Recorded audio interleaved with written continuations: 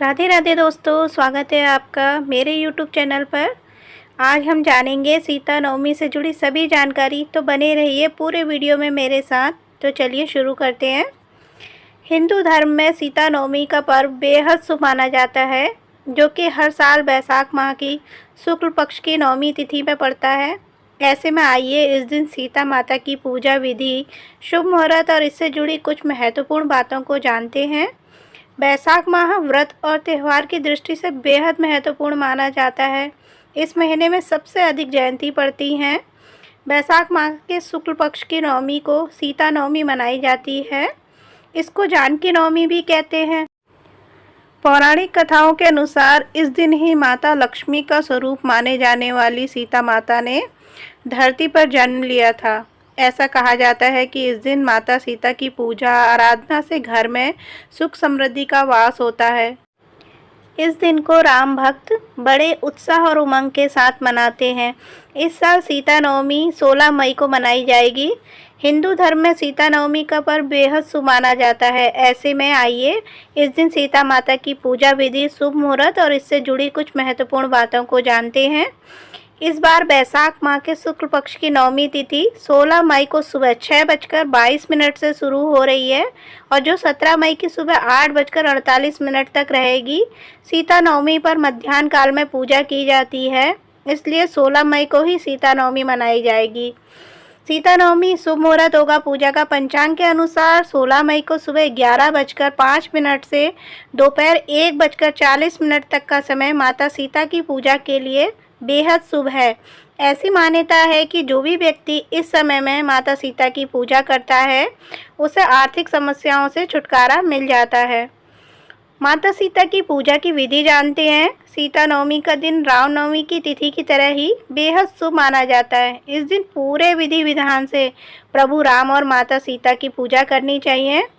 सीता नवमी के दिन सुबह जल्दी उठकर स्नान करें, फिर एक चौकी पर लाल कपड़ा बिछाकर प्रभु राम और सीता माता की प्रतिमा स्थापित करें।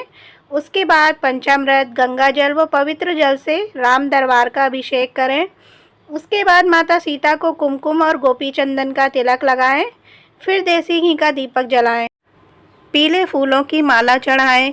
पूजा के दौरान माता सीता को श्रृंगार का सामान जरूर चढ़ाएं। इसके अलावा उन्हें मखाने की खीर, फल, मिठाई का भोग लगाएं। साथ ही माता सीता को इस दिन सफ़ेद कपड़े और फूल जरूर अर्पित करने चाहिए। फिर धूप, दीप, अगरबत्ती से उनकी पूजा करनी चाहिए। सीता जयंती के शुभ दिन रामायण का पाठ बेहद शुभ माना जाता है। सीता नवमी का महत्व, सीता नवमी का दिन राम नवमी की तरह ही शुभ होता है।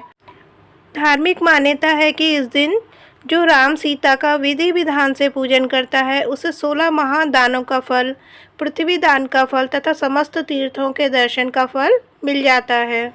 वैवाहिक जीवन में सुख समृद्धि पाने के लिए सीता नवमी को श्रेष्ठ माना गया है। सीता नवमी के दिन माता सीता को श्रृंगार की सभी सामग्री अर्पित की जाती है। साथ ही इस दिन सुहागिनें व्रत रखकर अखंड सौभाग्य की कामना करती हैं। तो चलिए सुनते हैं माता सीता के जन्म की कथा। वाल्मीकि रामायण के अनुसार एक बार मिथिला में भयंकर सूखा पड़ा था, जिस वजह से राजा जनक बेहद परेशान हो गए थे।